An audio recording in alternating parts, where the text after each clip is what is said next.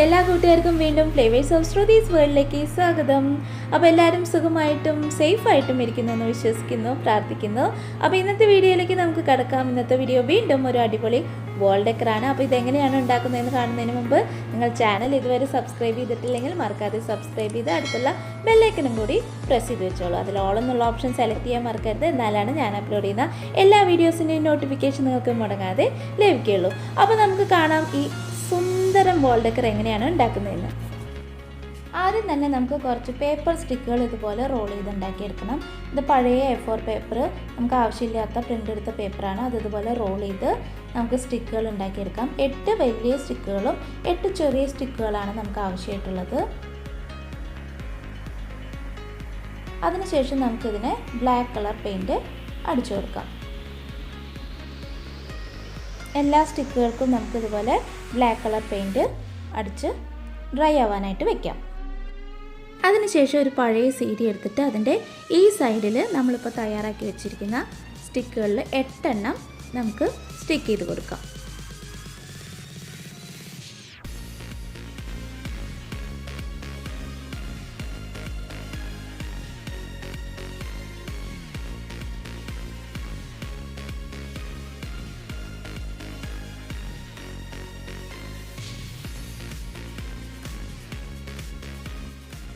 എട്ട് സ്റ്റിക്കുകൾ ഇതാ നമ്മളിപ്പോൾ സ്റ്റിക്ക് ചെയ്ത് വെച്ചിട്ടുണ്ട്. അടുത്തായിട്ട് ബാക്കിയുള്ള സ്റ്റിക്കുകളിൽ നിന്ന് 4 എണ്ണം എടുത്ത് ഹാഫായിട്ട് കട്ട് ചെയ്ത് ഈ വലിയ സ്റ്റിക്കുകളുടെ ഇടയിലായിട്ട് ഇതുപോലെ സ്റ്റിക്ക് ചെയ്ത് വെച്ച് കൊടുക്കാം.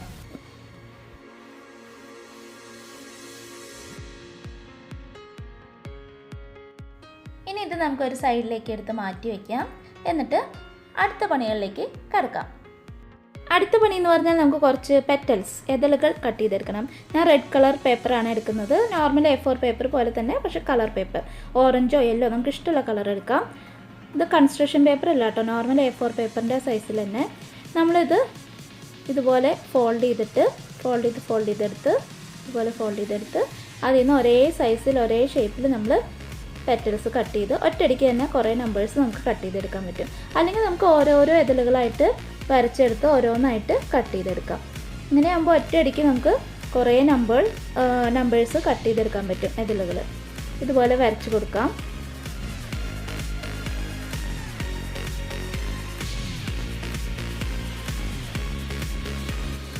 ഓക്കെ, നമ്മളിപ്പോൾ വരച്ചെടുത്തിട്ടുണ്ട്. ഇനി നമുക്കിത് കട്ട് ചെയ്യാം.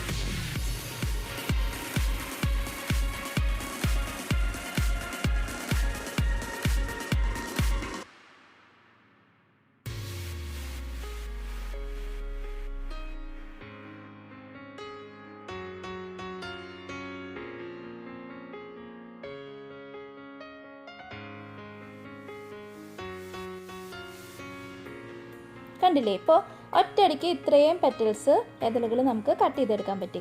അല്ലെങ്കിൽ ഓരോന്നായിട്ട് നമുക്ക് വരച്ചുണ്ടാക്കണം, ഓരോന്നായിട്ട് കട്ട് ചെയ്യണം. അപ്പോൾ ഇങ്ങനെ ഒരു ടെക്നിക്കിൽ നമുക്ക് ആവശ്യമായിട്ടുള്ള അത്രയും പെറ്റൽസ് നമ്മൾ കട്ട് ചെയ്ത് എടുത്ത് ഇനി അത് മാറ്റി വയ്ക്കാം.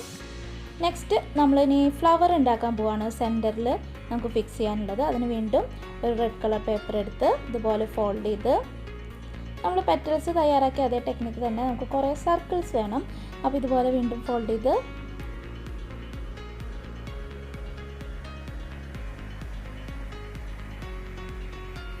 വീണ്ടും ഇങ്ങനെ ഫോൾഡ് ചെയ്ത് ഇനി നമുക്കത് 4 സെൻറ്റിമീറ്റർ ഡയമീറ്ററിലുള്ള 4 സെൻറ്റിമീറ്റർ ഡയമീറ്ററിലുള്ള സർക്കിൾസ് വരച്ചെടുത്ത് കട്ട് ചെയ്തെടുക്കാം. അങ്ങനെ നമുക്ക് ഒറ്റയടിക്ക് കുറേ സർക്കിൾസ് 4 സെൻറ്റിമീറ്റർ ഡയമീറ്ററിലുള്ളത് റെഡിയാക്കി ഇട്ടിട്ടുണ്ട്. ഇനി നമുക്ക് ഈ ഓരോ സർക്കിളായിട്ട് എടുത്തിട്ട് വേണം നമ്മുടെ സെൻറ്ററിലുള്ള ഫ്ലവറിനുള്ള പെറ്റൽസ് എതളുകൾ ഉണ്ടാക്കാനായിട്ട്. അപ്പോൾ ഓരോന്നായിട്ട് എടുക്കുക. എന്നിട്ട് ഇതുപോലെ ഓരോന്ന് റെഡിയാക്കി എടുക്കുക. എന്നിട്ടത് ഗ്ലൂ വെച്ച് ഒട്ടിച്ചെടുക്കുക. ഇതാണ് നമ്മൾ തയ്യാറാക്കാൻ പോകുന്ന ഫ്ലവറിൻ്റെ ഒരു എതൾ ഇതാ റെഡിയായി കഴിഞ്ഞു. അങ്ങനെ ഓരോരോ സർക്കിളുകളായിട്ട് എടുത്ത് എല്ലാ പെറ്റൽസും എല്ലാ എതളുകളും നമ്മൾ റെഡിയാക്കി എടുത്തിട്ടുണ്ട്. ഇനി നമുക്ക് തയ്യാറാക്കിയ എതളുകളൊക്കെ ഒന്ന് ഒട്ടിച്ചെടുക്കണം. അതിനായിട്ട് 6 സെൻറ്റിമീറ്റർ ഡയമീറ്ററിൽ ഒരു ചെറിയൊരു കാർഡ്ബോർഡ് കട്ട് ചെയ്തെടുക്കുക. എന്നിട്ട് അതിൻ്റെ മേലെ ഓരോരോ എതളുകളായിട്ട് ഇങ്ങനെ നമുക്ക് ഒട്ടിച്ച് കൊടുക്കാം.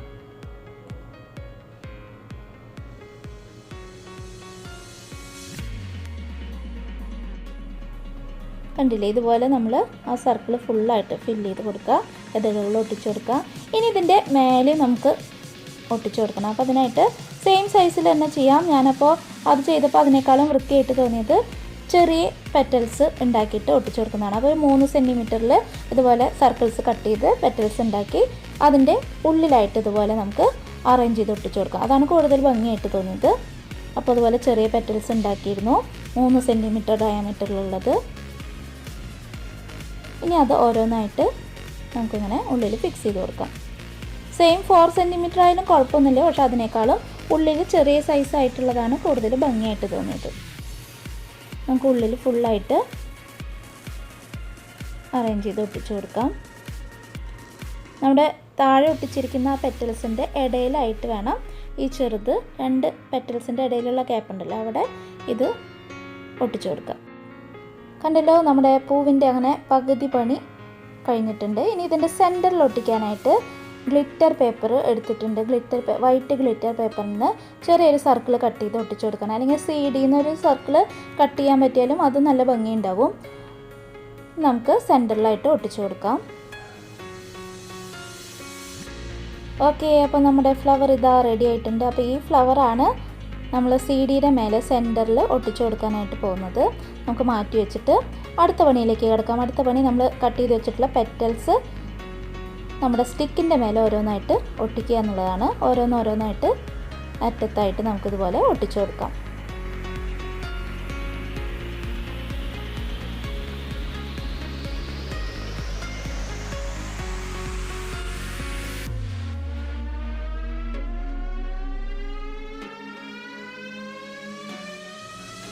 അങ്ങനെ നമ്മുടെ പെറ്റൽസ് മുഴുവൻ ഇതാ ഒട്ടിച്ച് ഫിനിഷ് ആയിട്ടുണ്ട്. കുറച്ച് പെറ്റൽസ് ബാക്കിയുണ്ട്. ഇനി അതുകൊണ്ട് ഒരു സൂത്രമുണ്ട്. നമ്മൾ ഈ ഫ്ലവർ ഇവിടെ ഇങ്ങനെ വെച്ച് കൊടുത്ത് നോക്കിയപ്പോൾ ഇങ്ങനെയാണ് ഉദ്ദേശിച്ചിരുന്നത്, CD കുറച്ച് പുറത്ത് കാണണം എന്നുള്ള നിലയ്ക്ക്. പക്ഷേ എനിക്ക് എന്തോ അത് പൂർണ്ണ തൃപ്തി വന്നില്ല. അതുകൊണ്ട് നമ്മൾ ആ പെറ്റൽസിൽ കുറച്ച് ബാക്കിയുണ്ട്, അത് ഇതുപോലെ ഒട്ടിച്ചു കൊടുക്കുകയാണ് നമ്മൾ തയ്യാറാക്കി വെച്ചിരുന്ന ആ ഫ്ലവറിൻ്റെ താഴെയായിട്ട്. അപ്പോൾ ഇത് ഇപ്പോൾ നമുക്ക് അവസാനം കുറച്ച് പെറ്റൽസ് ബാക്കി വന്നു. അതുപോലെ ആ CDയുടെ മേലെ അത് ഒട്ടിച്ചപ്പോൾ ഒന്നുകിൽ CDനേക്കാളും ഫുള്ള് കവർ ചെയ്ത് കിടക്കണമായിരുന്നു. പക്ഷേ CD കാണണം എന്നാണ് വിചാരിച്ചിരുന്നത്. കാരണം നല്ല CD-യാണ്, കുഴപ്പമില്ലാത്ത CD-യാണ്, വലിയ സ്ക്രാച്ചൊന്നും വന്നിട്ടില്ല.